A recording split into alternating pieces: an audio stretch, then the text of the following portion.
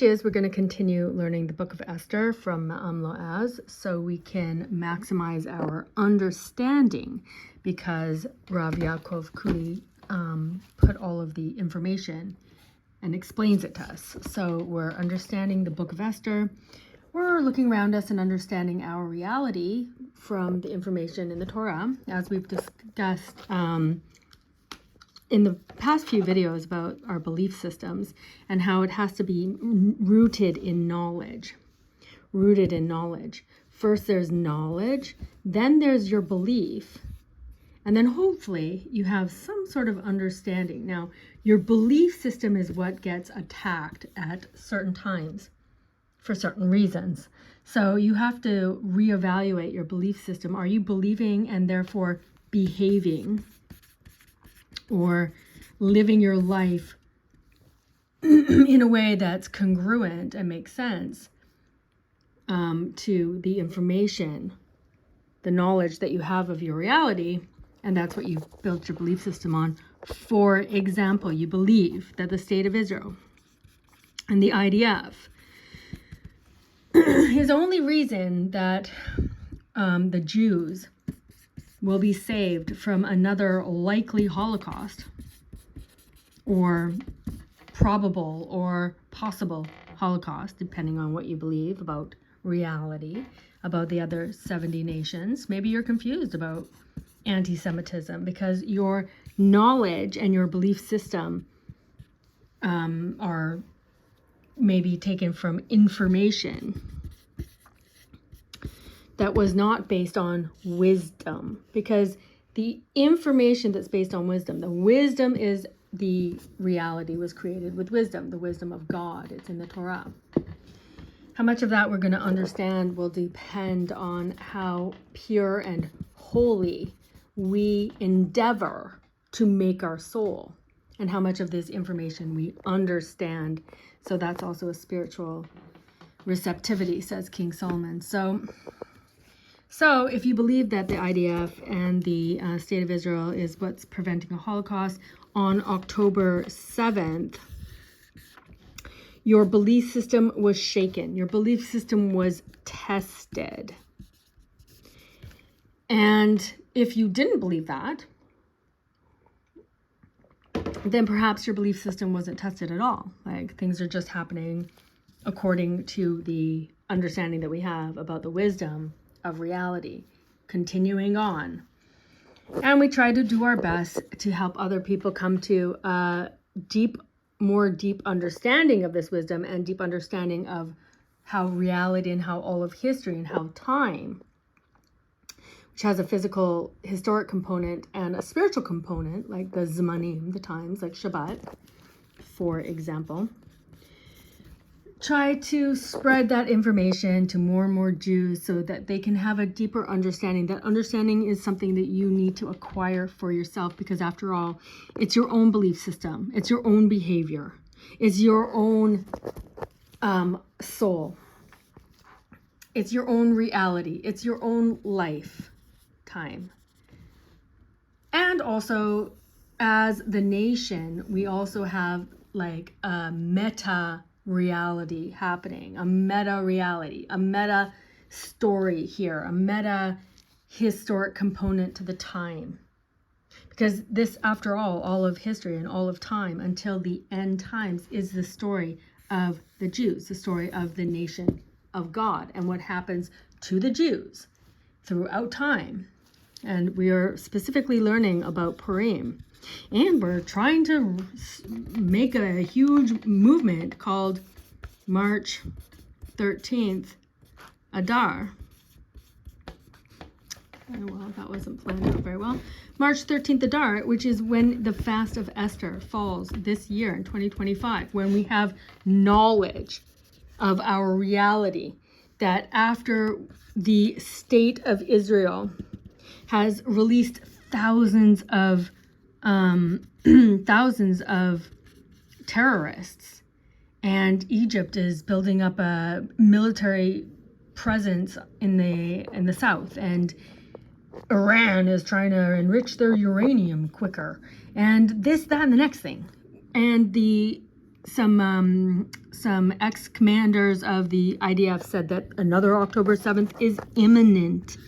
So we have understanding, we have knowledge, just like Mordecai had knowledge in the Book of Esther of what's being planned against us. A spiritual war is going on. And by the way, the spiritual war has been going on all the time, whether or not we believed it, whether or not we understood it, whether or not we had any knowledge of it, whether or not we went out and tried to acquire some understanding of the wisdom of God, which tells us about it. The fact that the 70 nations in every generation want to annihilate the nation of Israel. And they put all these sorts of traps for us to fall in, like Vashti did here. We just learned about that. That Vashti wanted to make us forget the Shabbat because that's a big spiritual advantage that we have in our reality. It's a big spiritual advantage. Helps us also get a more spiritual receptivity, so we'll even be able to understand the wisdom. Without any spiritual receptivity, good luck. We're not going to understand it. Even if we just obeyed it, would still be good. But it's comforting to have a depth of understanding that is available to us.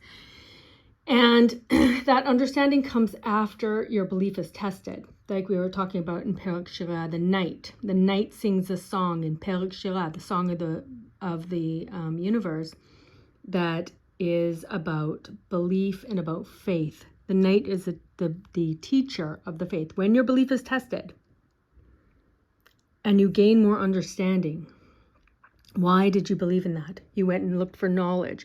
Try to understand the wisdom. Be wise with understanding and be understanding with wisdom. The only way you can really understand reality is with the wisdom, because God created reality with wisdom. So we don't have any wisdom. We haven't obtained any wisdom if we don't have a fear of God, says King Solomon in Kohelet and Proverbs. So that's why, again, we're trying to read the Book of Esther and try to understand. And we see in our reality, like I said, all these plots that are being hatched against the nation of Israel. Another bigger October 7th, all the other things that we saw with the increase in anti-Semitism. Well, that's very messy. Sorry about that, guys. Anyway, so you say, but wait, now that Trump's in the office, the things are going to turn around for the Jews. Yeah, okay, that's what they also said here in the Book of Esther, that they were careful. They wanted to make sure that Vashti burned to death alive and not just became demoted, take her crown away from her. Because some days the king is looking favorable towards the Jews, and sometimes not. So they, the ones who plot to annihilate us, they have to be careful. They have to be careful. They want us to sin. They want God to be mad at us. They want us to sin. They don't want us to come back and build the temple, which is the end of the story that is written in the Torah. So the whole story, including all of the time, at the end time, there will be the redemption. What's the point of writing a story that has no ending? But yet we do know the ending, but yet we don't pay attention to it. We don't raise the ending to our conscious minds in everyday life. We're just blissfully unaware of that the end is near. But it's near. It's near. So we have to be looking out for the signs of the end, and all of it's written down in the prophecies. So we're learning from the Book of Esther because we're coming upon a very auspicious time for this end, which is good. We want this. We want this. It's a good thing. We want the redemption. So we are learning that there are auspicious times, which, like Purim, where a very strong spiritual energy is in our time, in our calendar. And so we're trying to make a movement, like I said, that's called March 13th Adar, because that's both this calendar date and this calendar date, the Hebrew calendar date, the non-Jewish calendar date and the Jewish calendar date. It's the same date. So it's also, even if it wasn't, it's a very auspicious time for this end to happen, for us to wrap up the story already. If anyone's still looking out for and wanting the redemption, which I know a lot of Jews are. So this is something we have to be proactive about. We don't now wait around like an unwise and foolish nation that has any knowledge at all.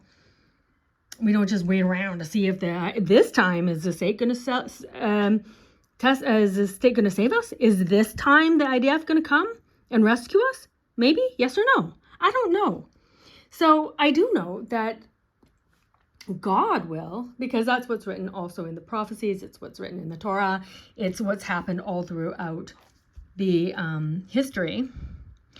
And I know that generations come and generations go, but the nation of Israel continues, endures. That this story is being told about the Jews. So we're needing to understand reality. And when we're reading the Book of Esther, I think that a lot of things are coming up about what I'm understanding about our reality. Like I said, Vashti was trying to make us forget about the Shabbat because they know that that's a spiritual advantage that we have in reality as Jews that will hasten the redemption. They do not want the redemption to happen. They do not want the end of time. When it's the end of time, it's only going to be everything spiritual. Mainly this. So they don't want that. So that also plays into a lot of things about sins and about reincarnations and about lots of things that are extending this physical time. But there is an actual end date. It has to end. Something else happens. So they have a vested interest in preventing that from happening. That's what Vashti and Hashverosh there were talking about before when they plotted, and also to make the women sin by being immodest, and how Hashverosh wanted Vashti to appear at the Mishteh, at the feast, in naked, and how just the other day, I guess, Kanye and his woman there, she appeared naked. It's like, that's where we are in our reality. That's where we are now. So now the women are completely immoral. I also saw, like, on OnlyFans or whatever, all the stuff that's happening there. Now the women are completely immoral, and that was part of their plan. That was part of their trap. Because they're always setting traps for us. Yes, God knows about the traps that they're setting, and God is already putting the remedy. So they've set a trap. God already has in place the thing that's going to, in this case, in the story of Purim, when Haman already plotched his trap, Queen Esther was already in place. So God has his plan. They have their plans. Their plans are always to annihilate us.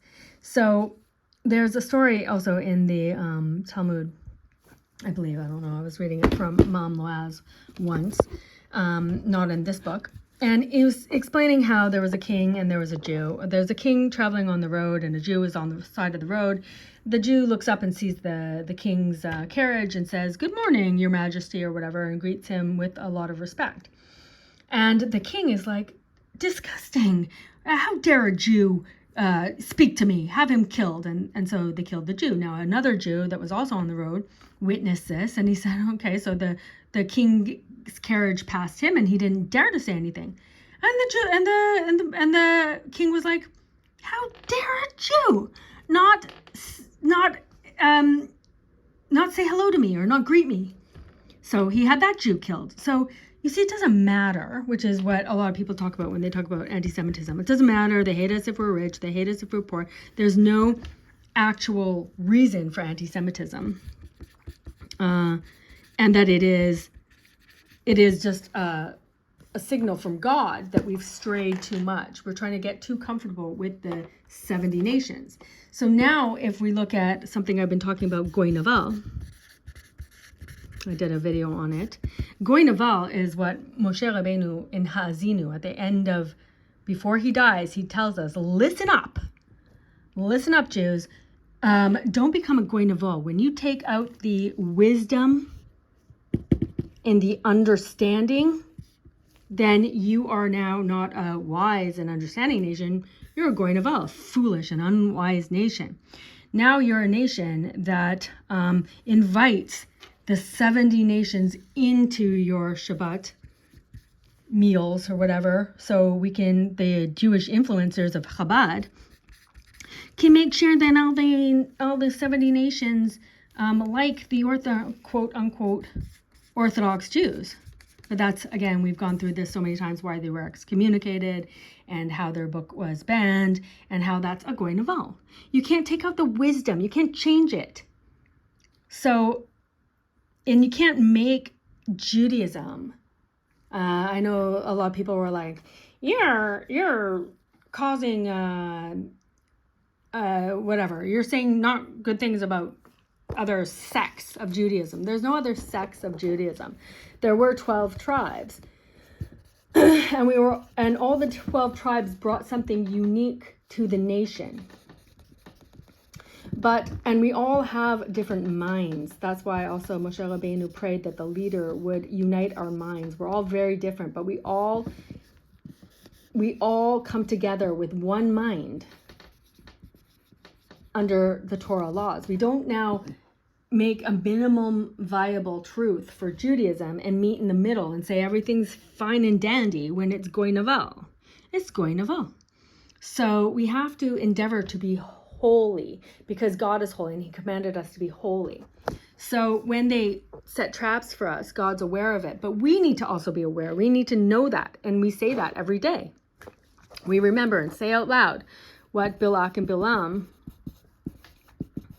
tried to do to us. They tried to curse us. They could not curse us. So they let and set traps for us, and we fell in them. We continue to fall in them. We continue to fall in their traps. We continue to want to be like them. We continue to want to have our lives resemble their lives, but just some different kind of kosher aspect to it.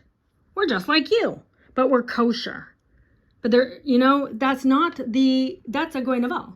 That's not a separate and holy, unique and singular nation. Keeping separate from the other nations. And that's why we're going to continue to learn from the Book of Esther. We are going towards March 13th, which is the 13th of Adar, for the fast of Esther. Because what do we do now? That we know that they're planning a bigger and more impressive October 7th, which most of the world was fine and dandy about after and had their Gaza encampments in their universities and whatnot. And the professors there said that it was exhilarating. So what are we going to do? Are we going to just legislate that they're not allowed to think that put in their laws, anti-Semitism laws clauses, that you can't speak bad about the Jews? No, are they respecting us like the wise and understanding nation that we're supposed to be? I don't think so. So what we have to do is actually just do what we believe and know is the wise and understanding thing to do, which is what the Jews have done all throughout time, which is to cry out to Hashem and he will save us. Come back to Hashem, follow his laws, keep Shabbat, and we will have the redemption, which is coming up, whether or not we do this or not. So whether or not we go through another round of some scary testing your belief system, whether we have to go through another round of that or not, is just depends on us. So if people would like to help spread this word, the fast of Esther, to fast on March 13th, which is the 13th of Adar, we can have a big populist movement. We don't need some guy right now to tell us to do that. We don't need some rebbe to tell. We should know that by ourselves. We should be doing that all the time anyway by ourselves. So after 19 minutes, we continue with chapter 5, 2.5. Here, this is my favorite. Ish Yehudi haya b'Shushan habir'a ushmo Mordechai ben Yair ben Shim'i ben Kish ish Yemini. There was a Jewish man in Shushan, the capital, and his name was Mordechai, son of Yair, son of Shimei, son of Kish, of the tribe of Benjamin. So we've encountered already three tribes, basically. Yehuda, Judah, Yehuda, Ish HaYehudi, Benjamin. Okay, I know we can't read any of this. So we've encountered some of the 12 tribes. We've also talked about in previous chapters the tribe of Issachar, who knew the times and they knew how to give judgments. So that's why Ahasuerus wanted them to judge Vashti. So, and now we're learning about the tribe of Judah, which in previous videos also we explore where did this name the Jew come from? This is the first time we're seeing this in the Torah. We now see how providence directed things to go so that Esther would become queen in Vashti's place. Esther grew up in Mordecai's house, and his merit caused her to become queen. The Megillah therefore begins this episode by speaking of Mordecai. The Megillah says that there was a Jewish man in Shushan, as if Mordecai were the only Jew there. He was given this distinction because he did not partake in Ahasuerus' feast, even when kosher meat was served. Because he understood that we haven't been redeemed yet. Why are you over there celebrating? But he did not participate. Of course, the Sanhedrin and other sages in Shushan did not eat at the feast, but they escaped by leaving the city. Mordecai could not do this since he was a Jewish representative, and he was in charge of the feast along with Haman, as discussed earlier. Although he was present at the entire feast, he did not taste a bite. Mordecai was thus the only one publicly to sanctify God's name. That's also what we said is actually the definition of a Jew. A Jew that publicly sanctifies God's name. The other sages also refused to partake of the feast, but they hid, taking advice that had been handed down from such prophets as Ezekiel and Isaiah. Mordecai, on the other hand, made it a point openly to disobey the law when it conflicted with the teachings of the Torah. When what you know and what you believe is based in wisdom and understanding, you have an understanding of your reality, then when you see something else happen, you are very sure that you are doing the correct thing. You're basing your belief and your behavior on, and what you do on that never changed, objective reality, objective truth. So you feel secure in your decision. So Mordecai made it a point to openly disobey the law when it conflicted with the teachings of the Torah. He set an example for all his people to follow. Later, when he would refuse to bow down to Haman, he would deliberately stand in the king's gate. The Megillah therefore states that there was a Jewish man in Shushan. Mordecai was the only practicing Jew to remain in Shushan during the most critical times, both during the feast and later, when there was an order to bow down to Haman. Mordecai became a leader of his people because he was willing to suffer purposely in order to uplift them. Now, by the way, in the Jewish law, where Jews are not allowed to bow down to anything. Okay, so we're talking about Mordecai the Jew, who later on we're going to read would not bow down to Haman. We're not allowed, Jews, to even, let's say there's some sort of something like a picture of a Rebbe or something. We're not allowed to pray in front of that picture. We're not allowed to, let's say if you bend down to pick something up in front of that picture or something that would cause other people to see you do that and chas v'shalom b'achilul Hashem, misunderstand that and think that you're bowing down to it. So you're not allowed to do that. That's a fence around that. You're not supposed to do that. So I'm going to actually make a shorter clip of this and show how recently I saw the Menuka, who has a lot of knowledge of Torah, I guess. But I'm wondering what's going on in general in Judaism right now, how much of understanding we're understanding anything, because I saw him bowing down. He was bowing down to, when he went, it was a Baba Saleh's yard site or Ilula or whatever. And he bowed down there to a bunch of stuff. So we have to ask ourselves, like, what's going on at this point? We're not allowed to do that. We're not even allowed to do that if we weren't doing it on purpose. But we should at least be conscious enough to know what we're doing. And anyway, so we have to ask ourselves what's going on. So Mordechai, this was a reason that Mordechai had been given his name. Mordechai, or Mer'ah Dakia, is the Aramaic translation of Ra Mur, Mor Deror. Raw myrrh has an unpleasant fragrance, and it only became a fine perfume when it's processed by fire. Mordechai also attained his status of leadership by being processed through the fire of suffering and exile. In describing Mordechai, the Megillah is stressing the point that the Jews were delivered through a miracle. It should not be thought that Mordechai was a great charismatic hero. He wasn't a big magic man guy that saved the nation.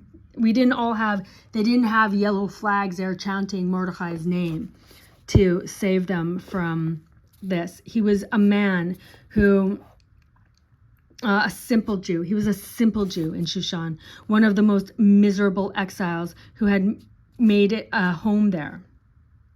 So without God's help, Mordecai could never have had the power to overturn a royal decree. Also, Rabbi Avigdor Miller for Chanukah, he was saying, somebody had asked him a question like, why did God choose the Shmonaim, the old Kohanim there, to bring the miracle of Chanukah about with them? And Rabbi Avigdor Miller said, no, they volunteered. They understood what was going on there, and they volunteered to be the people by whom the miracle would happen. And just like we're going to learn also, Mordechai actually tells Esther that later on, but here, same thing. So he was a simple Jew in Shushan, one of the miserable exiles who had made a home there. Without God's help, Mordechai would never have had the power to overturn a royal decree. Mordechai was a son of Yair and a descendant of the Binyaminite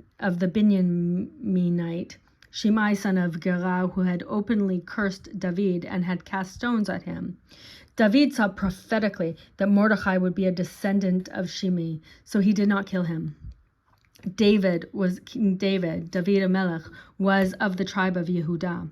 And since David spared Mordechai's ancestors, all of the Shimei's descendants were referred to as Jews, Yehudim, literally members of the tribe of Yehudah. They took on this appellation because they owed their existence to the tribe of Judah. So that's one explanation. There's many explanations of why he's called the Jew. I explained some in my video called Jewish Identity Crisis. So that's where we are. That's what we're learning. That's what we should be aware of. Plans have been hatched in our reality against the Jews. And what we need to do is respond in a way that demonstrates understanding of the wisdom, which is to fast and repent, cry our hearts out, call out to God for him to save us, and he will. And he will. That's the information. That's all of the stuff about the prophecies of the end times. That's in the Torah. That's in Hazinu, where also Moshe Rabbeinu says that we should look into our reality and be wise about the future, what the future holds for us. We have knowledge of that. How do we respond? Let's respond like not a Goy Naval, but rather a wise and understanding nation. Fasting on March 13th, the 13th of Adar, the fast of Esther, repenting and crying out to Hashem, and he will save us.